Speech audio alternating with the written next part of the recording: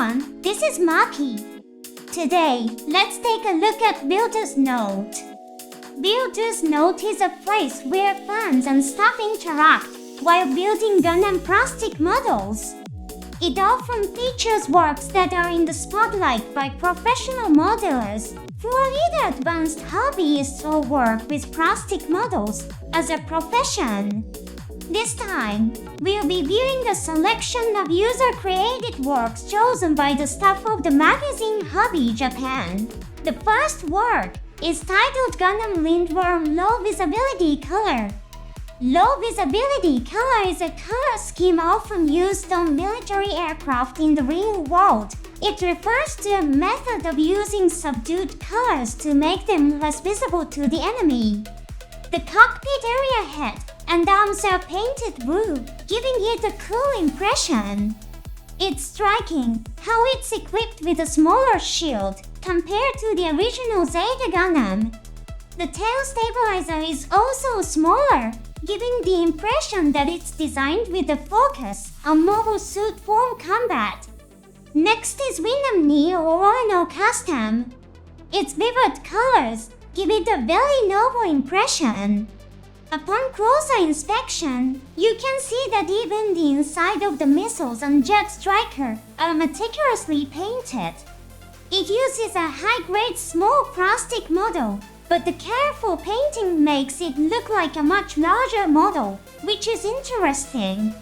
The jet striker's airplane-like appearance combined with Windam's cool robot elements creates a beautiful contrast.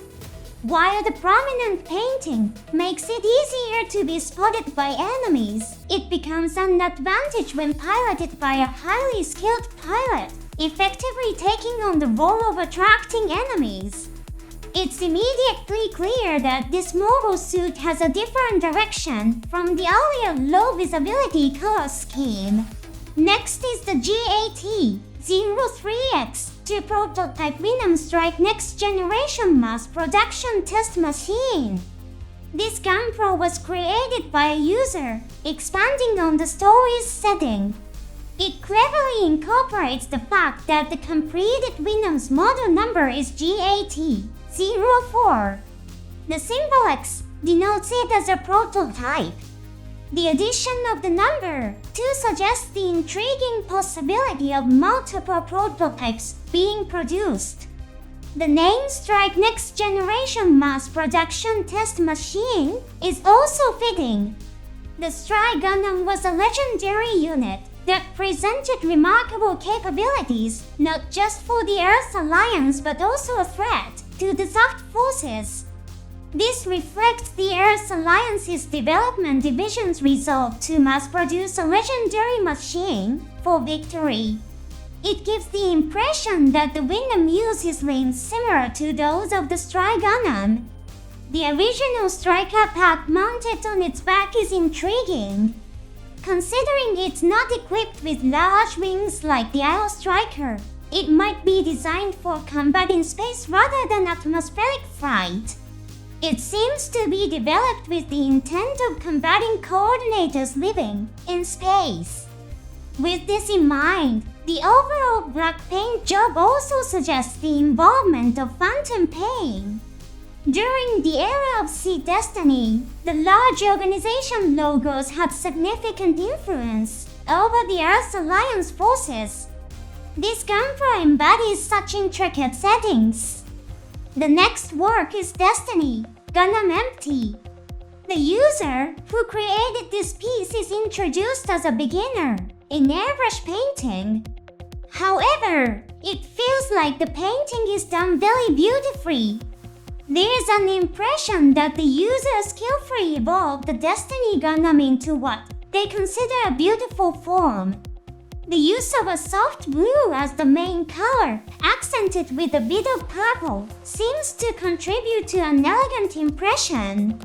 Staff advice on painting was also included. A key element in beautiful painting is the density of the paint with airbrush thinner. Create the liquid that's just thin enough not to drip. Then repeatedly apply the paint in thin layers. It's also important to minimize the number of times you spray the base surface paint. This way, you can achieve a thin paint film. If you accidentally apply the surface too thickly, you can smooth out the paint film by sanding with sandpaper of 800 grit or higher. Having access to such qualified advice from the staff is very appealing. The last one is Destiny Albus Gundam. It's based on the Destiny Impulse, combining homemade parts with parts from other Gunplas. The legs resemble those of the GATX series.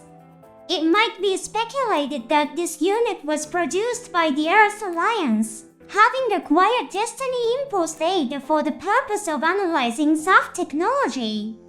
The waist-mounted beam sabers are also reminiscent of the Windam and 105 dagger.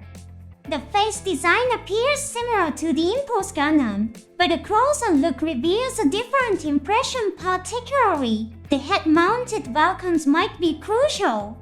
Impulse Gundam has Vulcans in its chest, while the head-mounted Vulcans remind us of the GATX series.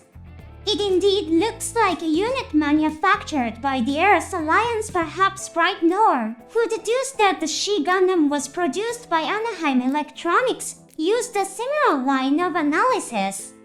The green parts on the chest give an impression akin to the Wing Gundam. Each of these plastic models conveys the joy and enthusiasm of the users who created them. Let's meet again in the next episode of the show.